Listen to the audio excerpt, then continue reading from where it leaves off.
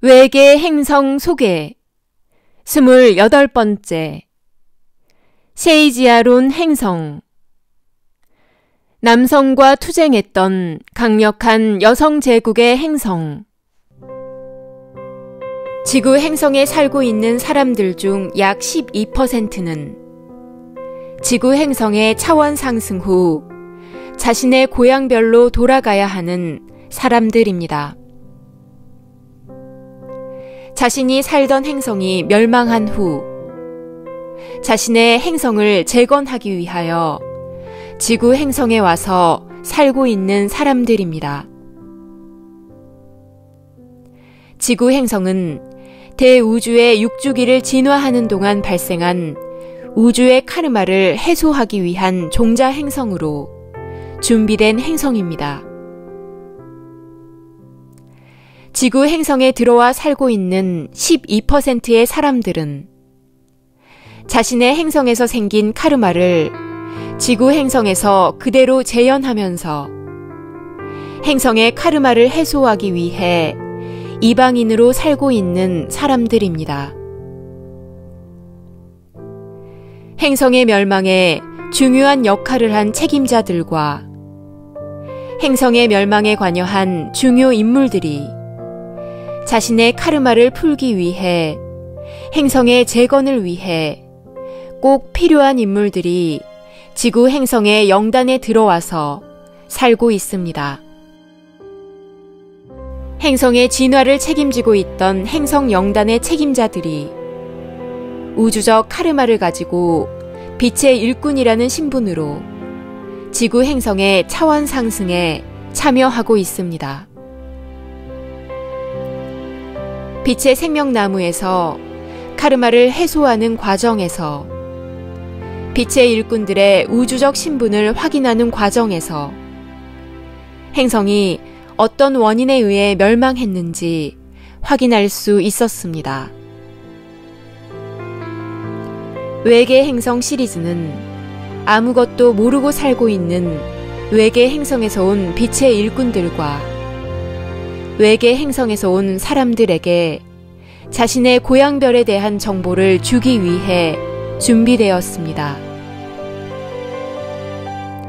빛의 생명나무 채널러 팀에서 하늘과의 조율과 소통에 의해 준비된 정보입니다. 외계 행성에서 온 빛의 일꾼들과 아무것도 모르는 채 외계 행성에서 지구 행성에 들어와 살고 있는 사람들에게 고향별 소식을 전합니다. 우리 행성은 지구의 하와이 같은 날씨로 따뜻하고 조금 더운 날만 있는 아주 살기 좋은 행성이며 고귀한 별로서 영원한 행성입니다. 상상하는 것은 대부분 물질 세계로 만들어낼 수 있는 기술력과 자원을 가지고 있는 행성이었습니다. 저희 행성은 한때 남성이 여성을 지배했던 남성제국 문명의 시기가 있었는데 후손을 만들어내는 기능만 인정받을 뿐 여성의 포용력이나 모성애를 억눌러 놓고 여성의 고유한 에너지는 발산하지 못하게 됨으로써 여성의 모습은 피폐해져 갔고 말라 죽어가고 있는 상황이었습니다. 그 역사의 마지막 시기에 제가 영단의 책임자로 부임하여 여성의 아픈 역사를 보게 되었습니다. 그래서 저는 결심을 하게 되었습니다. 다음번 문명의 진화 로드맵은 여성이 여성으로서 역할을 할 수 있는 방향으로 계획을 짜서 여성의 사랑의 에너지로 행성을 품으면서 남성 에너지와 여성 에너지의 엄양의 균형을 맞추어 영혼의 진화를 이끌겠다는 구상을 하고 있었습니다. 그러던 중 강력했던 남성 제국도 자체의 모순으로 전쟁을 하게 되면서 자멸하게 되고 연이은 자연의 격변과 변화로 생명체가 대부분 죽고 원시사회를 형성하게 됩니다. 이때 제가 행성의 여성 지도자로 육화하면서 자연스럽게 여성 문명이 중심이 되는 시대, 새로운 여성 제국의 시대가 열리게 되었습니다. 이때부터 남성은 태어날 때부터 체격도 작았으며 여성보다 열세인 유전자를 가지고 모든 면에서 뒤처졌습니다. 문명의 초창기에는 남성과 여성이 같이 살던 시기도 있었으나 점점 교류가 줄어들면서 가족의 개념도 없어졌으며 공동체 개념도 사라지고 서로의 영역을 침해하지 않은 공존의 상태에 있었습니다.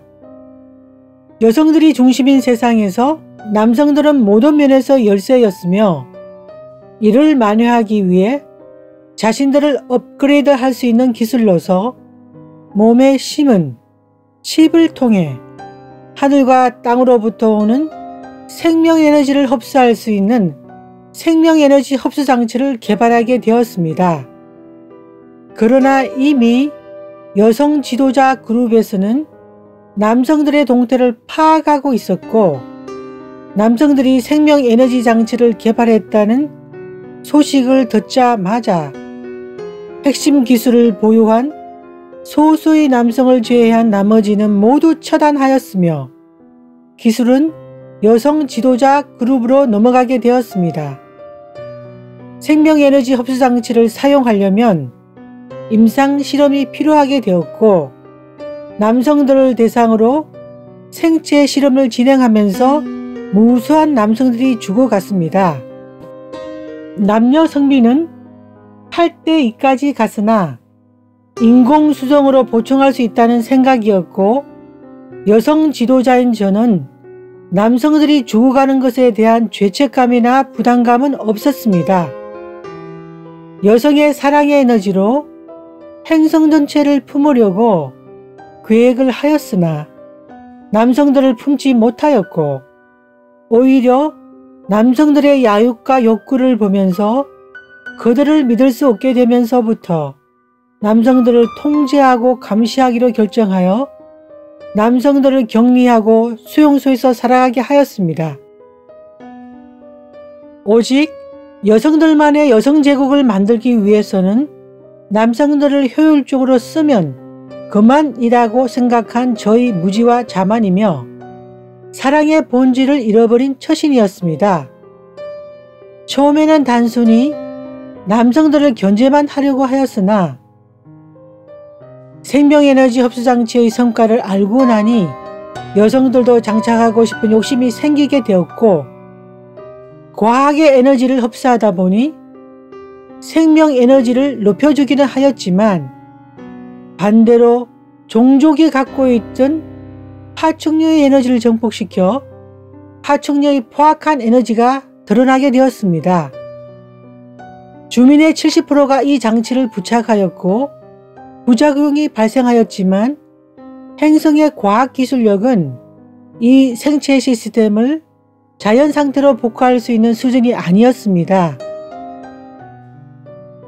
장치를 부착하지 않은 그룹은 포악한 그룹에 의해 피해를 받았고 포악해진 주민들 간에도 내분이 생기면서 전쟁으로 이어졌고 문명은 붕괴되었습니다. 저는 영원한 행성의 책임자로서 이 모든 책임을 지고 저희 행성을 다시 재건하기 위해 지구에 오게 되었습니다. 지도자로서 저희 근본 모순은 출발부터 여성 우위로 시작한 것이며 여성들만의 제국을 건설하려고 한 것입니다.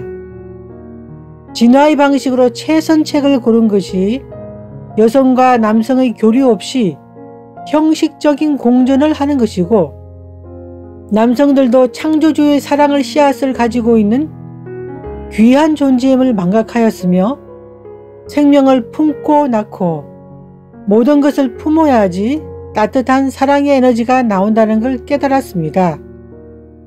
창조주의 사랑의 에너지, 모성의 에너지가 발현될 때 모든 것을 품을 수 있다는 것을 배우게 되었습니다.